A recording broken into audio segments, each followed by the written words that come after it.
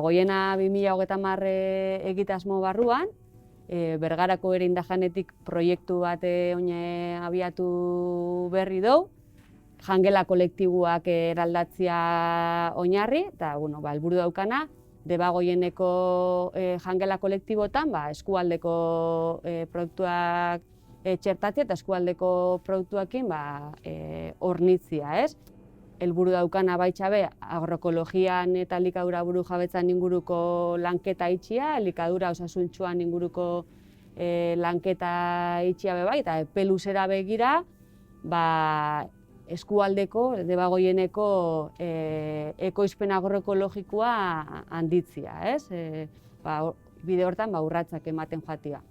Azkenean hau bai egoera konkretu bati erantzuteko abiatzen dugu, eta realitatea da holako jangela kolektibotan jaten duguna kilometro asko dauzkala atzian, ez? Oso urrindik ekarritxako janarixa dela, oso baldintza eskasetan, askotan ez dakigu ez da nun prestatzen den, ez? Eta ez dakigu ez nun ekoizten den, ez nun prestatzen den, ez? Eta oso portzentai txiki bat da hemen eskualdian edo hemen gertuan ekoitzitakoa, ez? Eta errealitate horri erantzuteko bai bada proiektu hau.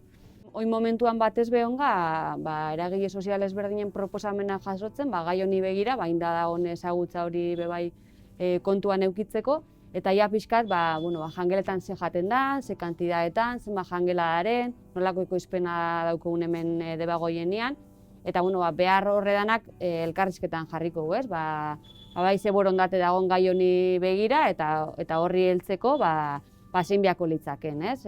Hori pixka jasotzen egonga, eta aurrera begira, izango zen aukeratzea proiektu piloto bat enun jarri geinken martxan, eta bertan lanketa bat nola enbiako litzaken, eta bukaerako, prozesu horren bukaerako emaitza nahiko ginuke izatea horniketa sistema hori diseinatzea eta lan heinean martxan jartzea. Igual ez dugu lortuko kriston eraldaketa prozesua produktu pila bat txertatzea urtebetean ez dugu lortuko, baina hor pausu batzuk ematen jatea lan heinean prozesu zuzenak bideratzea, ez? Ekoizten denetik platerera heldu arte, salmenta zuzen bidez, bertan sukaldatuta, ez? Eta hori bideratzea nahi da lain handi baten.